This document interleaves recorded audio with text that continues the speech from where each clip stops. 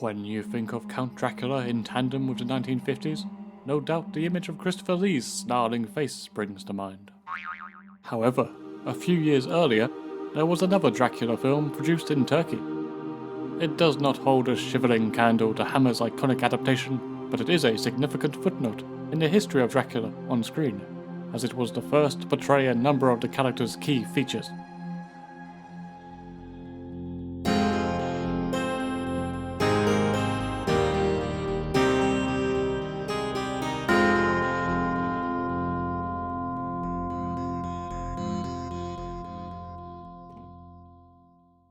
Bram Stoker's original novel did not receive an official release in Turkey until the very end of the 20th century. Don't worry though, the bat-shaped void was filled by Turkish author and historian Ali Rıza in 1928, 30-odd years after Stoker's initial publication. The title of this later novel translates to Vlad the Impaler and is, let's be honest, a massive rip-off of Dracula.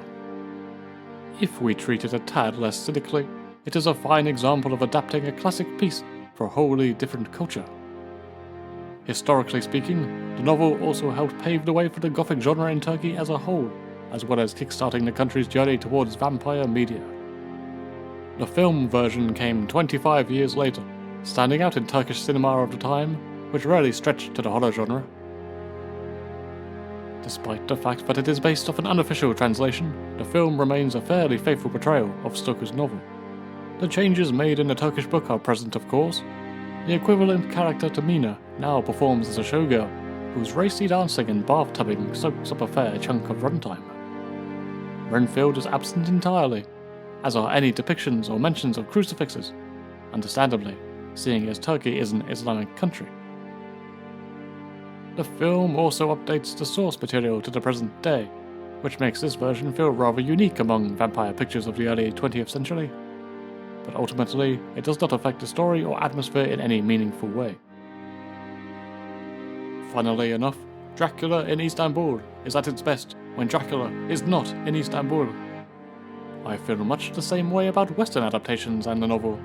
The first act, located within the narrow dark halls of the castle, always engages me. As much as I adore the 1931 movie, it is a shame that the film is in such a rush to get out of the castle and over to England. The Turkish Dracula's longer duration allows the castle setting far more room to breathe. Even though we all know the story inside out, the initial mystery and decent level of suspense in these scenes is always jolly good. That spooky bat boy could just pop up anywhere, anytime. Atif Kaptan does a good enough job as the Count, as far as I can tell. He definitely carries off the sophisticated side, but his balding head and magnificently stern brow don't quite attract the erotic, unlike Gary Oldman, or Hungary's hottest bachelor of 1909, Bela Lugosi. When the plot travels over to Istanbul instead of London, the film does begin to suffer. The dancing is an unexpected delight, and one character's death is handled surprisingly well.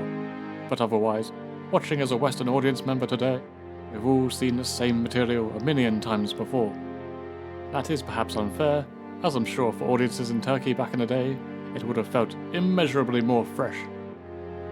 Even watching now, however, Dracula in Istanbul still has worth for those interested in the cinematic legacy of everybody's favourite neckbiter.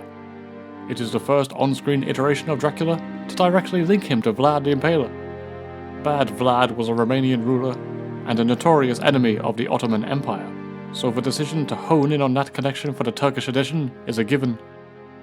It certainly adds an extra layer of threat to the villain once the heroes make the discovery. The way Dracula creepy crawls on the outside of the castle wall is one of the novel's distinct images, but it's not until Dracula in Istanbul that we see it first depicted on screen. Lastly, and perhaps most notably, this is the first film to show Dracula with his full-on canine fangs, one of the character's most famous attributes. If you're down for the Count, I would certainly seek it out. It's not a batshit oddity like Turkish Star Wars, but it is actually quite a serious and faithful take on the story.